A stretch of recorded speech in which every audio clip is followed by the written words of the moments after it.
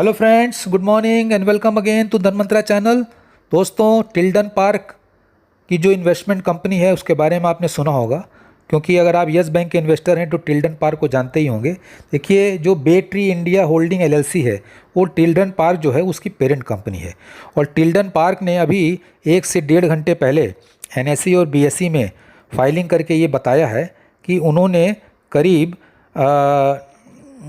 52 crore share yes bank के और बेच दिए हैं ओपन मार्केट में।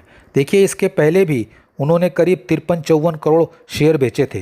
देखिए, यस बैंक के काउंटर पे जब एफपीओ आया था उस समय जो एंकर इन्वेस्टर थे उनमें सबसे बड़ा एंकर इन्वेस्टर जो है वो बे ट्री था, और मोर देन 2000 करोड़ का उसने इन्वेस्टमेंट किया था यस बैंक के एफपीओ में, और 7% से ऊपर की हिस्सेदारी थी। देखिए, अप्रैल से लेके अभी तक, आज के दिन तक वो शेयर ओपन मार्केट में बेच रहे थे, और उनकी हिस्सेदारी जो है अब घटते घटते यस बैंक में करीब 3.32% ही रह गई है, जो करीब 83 करोड़ शेयर की आती है। तो देखिए, ये यस बैंक के लिए एक अच्छी न्यूज़ नहीं है, इन द सेंस कि एंकर इन्वेस्टर का निकलना जो है एक अच्छी चीज़ नहीं होती, क्योंकि देखिए, एंकर इन्वेस्टर तो हमारे आपकी तरह है नहीं कि उन्हें शेयर बेच के अपना घर चलाना है। तो वो तो लॉन्ग टर्म के लिए आए थे, और उन्होंने अगर बेचा है तो मैं ये कहूँगा ये अच्छी चीज़ नहीं है। लेकिन एक चीज़ मैं ये कहना चाहूँगा कि देखिए, इतनी बड़ी बिकवाली हुई है उनकी, और शेयर के प्राइस में उस प्रकार अगर एंकर इन्वेस्टर की बिकवाली आई है तो, और देखिए कितनी निगेटिव रिपोर्ट यस बैंक के काउंटर पे छपती रहती है। लेकिन उस प्रकार देखा जाए तो यस बैंक के काउंटर पे जो प्राइस का डाउनवर्ड मूवमेंट है वो उतना शार्प नहीं हुआ है, क्योंकि जैसी रिपोर्टें आ रही हैं कि काफ़ी कुछ एब्जॉर्प्शन जो है म्यूचुअल फंड ने किया हुआ है, जो बिक्री हुई है, और ये बिक्री भी बड़े स्टैगर्ड वे में हुई है, धीरे धीरे हुई है। सो जो नेक्स्ट क्वार्टर का रिजल्ट आएगा, देखिए उसके पहले शेयर होल्डिंग पैटर्न आती है, तो उसमें हमें ये देखना पड़ेगा कि म्यूचुअल फंड ने कितना एब्जॉर्व किया है और कितना रिटेल इन्वेस्टर ने किया है, या कोई अलग किस्म की जो एंटाइटी है, क्या उसमें से किसी ने यस बैंक के काउंटर पे एंट्री मारी है।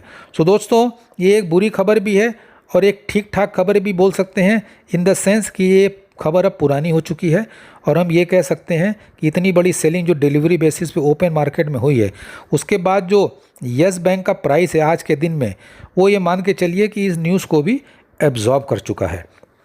दोस्तों, यस बैंक का जो काउंटर है, देखिए शॉर्ट टर्म में इसी प्रकार के हिचकोले देता रहेगा, क्योंकि देखिए शॉर्ट टर्म में तो आप किसी भी शेयर में कुछ भी नहीं कह सकते। अभी आपने देखा अडानी ग्रुप के शेयरों का क्या हाल है, अगर किसी ने लेवरेज पोजीशन ली होगी तो उसका तो बहुत नुकसान हुआ होगा। तो हो सकता है क्लैरिफिकेशन आ जाए और अडानी ग्रुप के शेयर फिर भागने लगें, लेकिन देखिए शॉर्ट टर्म में तो नुकसान हो ही गया ना। तो कहने का मतलब यही है कि जो स्टॉक मार्केट में जो व्यू होना चाहिए वो लॉन्ग टर्म का होना चाहिए, provided the share is a fundamentally good share. अब देखिए, मैनेजमेंट का जो विज़न है वो 3 साल का है, तो आपका विज़न कम से कम 3 साल का तो होना चाहिए। उनमें से देखिए 1 साल तो निकल ही गया है। मेरे हिसाब से जो नेक्स्ट क्वार्टर का रिज़ल्ट है वो बड़ा वाटरशेड होगा, इन द सेंस कि देखिए बहुत सी चीज़ें इस क्वार्टर के रिज़ल्ट से एकदम क्लियर हो जाएंगी, क्रिस्टल क्लियर हो जाएंगी, जो मेरा दिल कहता है। तो हमें अगले क्वार्टर के रिज़ल्ट का इंतज़ार करना पड़ेगा, इन द सेंस कि उसको देखेंगे और वहाँ से एक लॉन्ग टर्म पिक्चर देखिए यस बैंक के काउंटर से पे बहुत क्लियर हो जाएगी। क्योंकि देखिए, जो पिछले क्वार्टर का रिजल्ट था वो अनएक्सपेक्टेडली ख़राब था, बट हम लोगों ने उसको एक ग्रेस मार्क से पास कर दिया, इन द सेंस कि भाई उन्होंने प्रोविजनिंग बहुत ज़्यादा बढ़ा दी थी और बहुत सारी गंदगियाँ जो हैं उस रिज़ल्ट में समा गई थी।